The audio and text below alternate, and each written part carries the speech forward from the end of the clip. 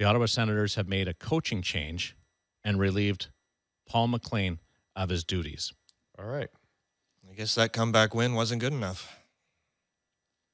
I'm surprised. I am too. I'm surprised from one game shouldn't change a season. It can, but it shouldn't. But I'm surprised just in the sense, unless they absolutely have somebody lined up. Then they absolutely do. Well, I've seen it before where coaches have been fired after wins. That's not one game does not determine the fate. Sometimes it can seal it, but clearly this was something that's been in the works for a while, and that I guess Brian Murray and Eugene Melnyk have felt that they're not getting the most out of this group. But I'm not sure I see that. Brian Murray had, he had some talks with Paul MacLean. Yeah, heading into this season. Some philosophical differences. Yeah. And he was concerned. He was very concerned about the development of the young defenseman group. Yeah, the defenseman in particular. Jared Cowan is example 1A. Gets into the lineup last night. But did he change as a coach? Do you think? Well, the players thought so. From last year to the year before. I don't know. I mean, it was such a the first year was such a feel good, great to be in the moment type moment, and great goaltending again. And they get these performances that elevate them perhaps to a higher level than where they should have been. But then the next year, they were god awful defensively. This team defense, and I mean let's great also, goaltending, a Norris Trophy winning defenseman. Yeah, that year was kind of like the perfect storm, so to speak, in a good way. And then there was a lot of exposure the next year, and supposedly Paul MacLean not changed, but was different. When you lost Elfie out of that room, that had to have a profound impact. You would think. Yeah. Oh, yeah, for sure. Yeah. This is also a team that started very well this season. And Spezza, I don't think. I mean, this is obvious. Obviously, Spezza didn't want to be there either. So the room had some issues. Mm-hmm. They made him the captain, though. I think they tried to figure that out. Massage it. Sometimes you try things before you ultimately do the ultimate thing. I didn't. I mean, it's happened after a win before. That means that their decisions were made up going into the weekend, obviously. And we just got the stats update. This was December 8th. No coaches fired. The longest since the lockout shortened season.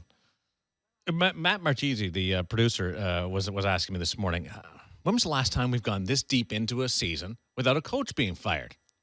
So he contacts the Sportsnet stats department, and you have to go back to 2005-06 to find the last time there were no coaches fired this late into a full season. Eddie Olczyk was let go by the Penguins on December 15th, 2005. Paul MacLean dismissed as head coach of the Ottawa Senators the morning after his team rallies from 3-0 down to beat the Vancouver Canucks in overtime.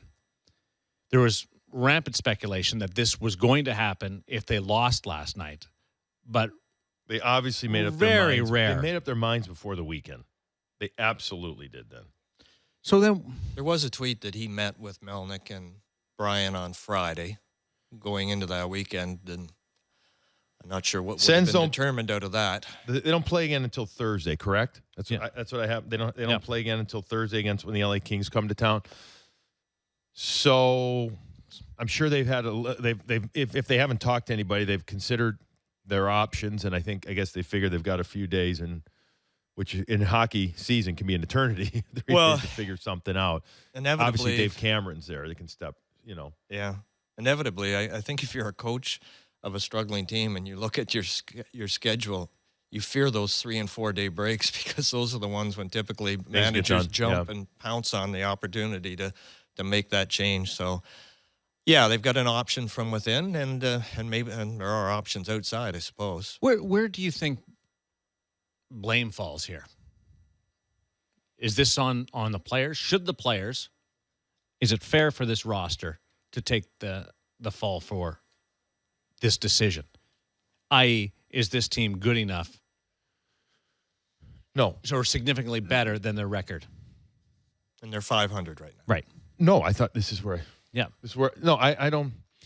It says to me that there are personality issues between management, coach, players, coach. That's what it says to me. But if you didn't know that before you give them an extension, then that's partly that's management's fault. I mean, if you knew that. But if there's you're going to probably hear from management there that they don't like the direction the team's going. They don't like the way that things feel. Well, so obviously they make the choice, but they're the ones who have put this team together. And to me, as even preseason, I called this is one of the teams in transition. It's a team in transition. You get rid of your number one center who was really better suited, truthfully, as a number two center. So now you elevate your number two center up to the number one. You hope for somebody to fill in. The defense, obviously Mathot being injured for a while. He's back now, although he didn't play last night. Phillips is getting up there. 2 games. Right. He's been back just for 2. Carlson is what he is. An incredible talent. They're game breaker. They're only game breaker. But you also know that what it's going to mean. It's going to mean we saw last night, we saw him feast and famine. -10. Yeah, 20 points, but feast -10. and famine. Louis Jean from TBS Sports reporting that Dave Cameron will be the interim head coach of the Ottawa Senators as Brian Murray makes the decision to relieve Paul MacLean of his duties after they play one of their best games of the season. And again, if your mind's made up, then you got to go with that decision. But rare is it that a guy gets that news after his team plays a game like that.